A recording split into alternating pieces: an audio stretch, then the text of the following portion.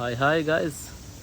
මම අද නම් මං තනියම ආවේ පොඩ්ඩක් ගෙදර එන්න කම්මැලිකමක් හිතුණා. ඊට පස්සේ ආවා ඉතින් ගමේ තියෙන ලස්සනම තැනකට. එක බාරම බලන්න එපා boys.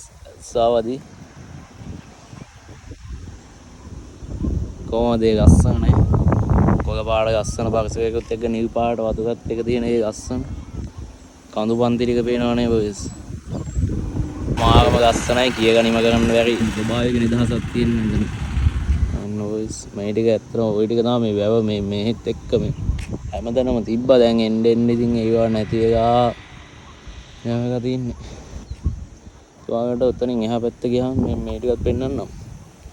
මේ තියෙන්නේ මේක අතුරු බාහක් වුණත් ඉතින් කාපට් කරලා ලස්සනට හදලා තියෙනවා ඉතින්. එහෙනම් boys අදට වීඩියෝ එක නවත්තනවා.